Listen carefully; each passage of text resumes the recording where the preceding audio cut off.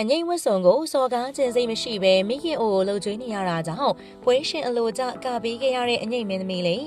အငိမ့်မင်းသမီးတယောက်ဖြစ်ပြီးတော့တပင်ရိုးရနဲ့ဆိုင်တဲ့ရိုးရဝတ်စုံကိုအလေးမထားတဲ့သူဆိုပြီးတော့အပြစ်တင်နေကြတာဖြစ်ပါတယ်။အငိမ့်မင်းသမီးတယောက်ကခြေတလုံးပေါ်အောင်ကရတာမျိုးမရှိဘဲနဲ့ခြေတလုံးလေးကိုမပေါ်အောင်ကရမယ်ဆိုတဲ့စီးမြင်တွေကိုရှိတာမသိပဲကခဲ့တာဖြစ်တာဒီလိုမျိုးလုပ်ရက်ကတော့မဖြစ်သင့်ဘူးဆိုပြီးတော့ဆွဆွဲတာတွေကိုလည်းခံနေရတာဖြစ်ပါတယ်။ဒါမင်းသမီးတယောက်ကအဝါရောင်အငိမ့်မင်းသမီးဝတ်စုံကိုဝတ်ပြီးတော့တန်တန်းတချင်းနဲ့တင်လို့ရှင်လို့အကောက်ကိုကနေခဲ့တာဖြစ်ပါတယ်။တင်လို့ရှင်လို့အကအမျိုးမျိုးကခုန်နေတဲ့အပေါ်မှာတပင်အတိုင်းဝိုင်းတွေကစီနီယာအနုပညာရှင်ကြီးတွေက